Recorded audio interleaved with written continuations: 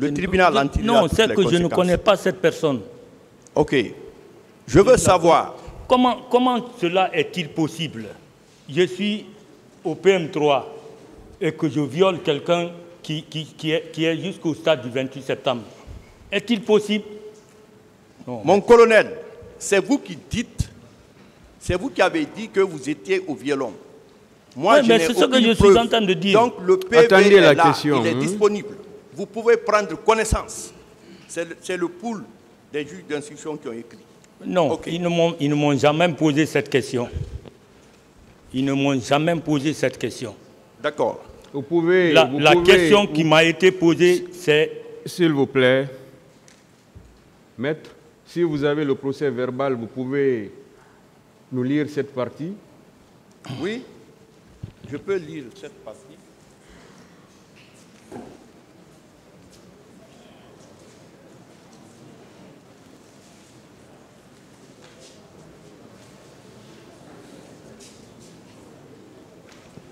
Monsieur le Président, il est écrit « Ayant ainsi constaté l'identité du comparant, nous lui avons fait connaître les faits qui lui sont imputés. » Vous êtes en train de lire quel document, maître? Voilà. Quel document vous êtes en train de lire? Le document, c'est écrit a comparu. L'intitulé du document, maître. L'intitulé du document, procès verbal de première comparution. Et devant le juge, M. Suleiman Ba, a comparu le lieutenant-colonel Kamara Ibrahim Di Kalozou. Donc c'est dans ce PV que c'est consigné. Je n'invente rien. Continuez la lecture. Ok, maître. Bon, ayant la lecture, Monsieur le Président, voilà, ayant ainsi constaté l'identité du comparant, nous lui avons fait connaître les faits qui lui sont imputés et n'avons informé qu'il est au terme du réquisitoire de Monsieur le procureur général près la Cour d'appel, en date du 8 février 2010, inculpé des faits prévus et punis par l'article 321 du Code pénal, dont lecture lui a été faite pour avoir à Conakry le 28 septembre 2009, en tout cas depuis temps non couvert par la prescription, avec violence, contrainte ou surprise, commis un acte de pénétration sexuelle sur la personne de Mme Aïssatou Bari, enseignante, domiciliée au quartier Amdalaï, commune de la Touma Conakry. Après, l'inculpé a signé. Donc, Monsieur le Président, c'est par rapport à ce PV de première comparution. Ce sont les juges d'instruction qui vous avaient demandé cela. C'est ce qu'ils viennent de faire lecture. C'est ça. Posez une autre question, maître. Ce n'est pas vous qui l'avez dit. Vous avez compris? Pardon, maître? La lecture dont il vient de faire, ce sont les juges d'instruction qui vous avaient demandé cela. Qui m'ont demandé? Oui. Et ça ne venait pas de vous. Non. Voilà. Ça ne venait pas de moi. C'est une précision que je suis en train de vous faire. Ça ne venait pas de moi. Posez la question, maître. D'ailleurs, merci, Monsieur le Président. C'est bon, hein? Ce n'est pas une question. Je dis c'est une précision que je suis en train de vous faire. Merci, Monsieur le Président.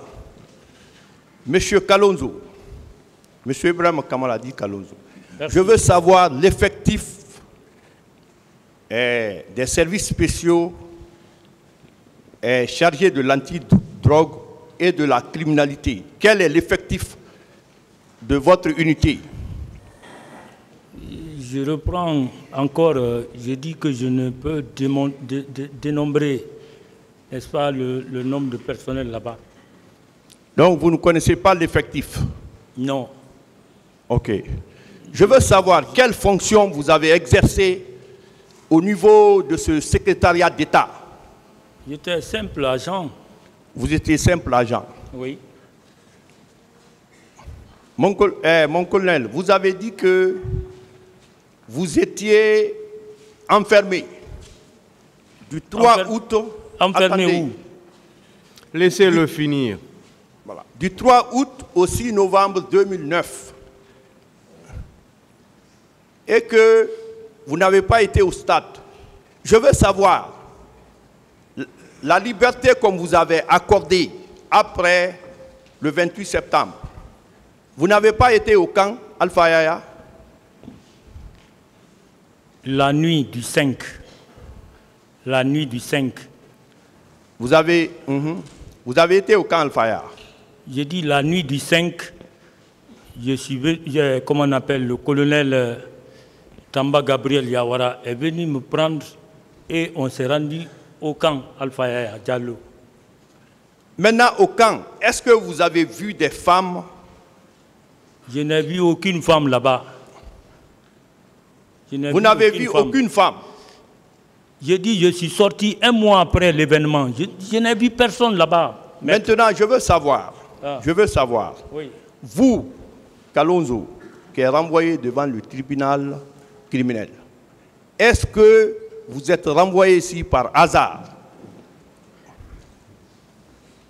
Bon, moi je peux dire ça par hasard parce que seuls les juges peuvent signifier, parce que c'est qu'on me reproche, en tout cas à mon fort intérieur, je n'ai rien fait. Monsieur Kalonzo, je n'ai rien fait. Monsieur Kalonzo, oui. Quel est votre rapport avec les recrues qui étaient à Kalea? Parce que vous êtes gendarme. Je ne peux avoir aucun rapport parce que j'étais en prison. Vous étiez en prison? J'étais en prison.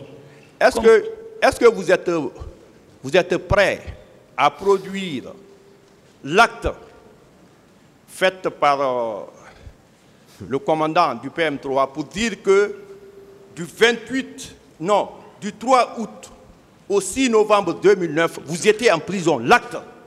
Parce qu'on ne met pas quelqu'un en prison dans la bouche. Il y a toujours un acte. Vous avez toutes les possibilités, le tribunal.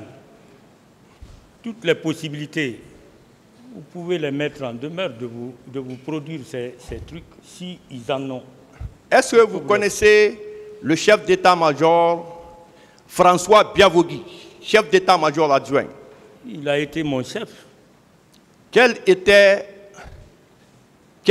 votre rapport avant le 28 septembre 2009? Un bon rapport. Il a été ordonné par un ministre. Un bon rapport. Maintenant, est-ce que quand vous faisiez les patrouilles, vous faites ça la nuit ou bien le matin? Moi, je ne suis jamais sorti la nuit. Et pourtant, les gens parlent de vous que quand vous faites les patrouilles, surtout au temps des narcotrafiquants, quand vous faites des arrestations, on s'accapare aussi des biens des inculpés. Est-ce que c'est de votre nature? Non, maître. Je n'ai jamais vu un membre de services spéciaux, y compris son chef, aucun d'eux n'a pu faire ce genre de choses-là. Maintenant, à votre entendement, tout ce qui s'est passé le 28 septembre, qui est responsable? Selon vous, selon votre analyse des faits, qui est responsable?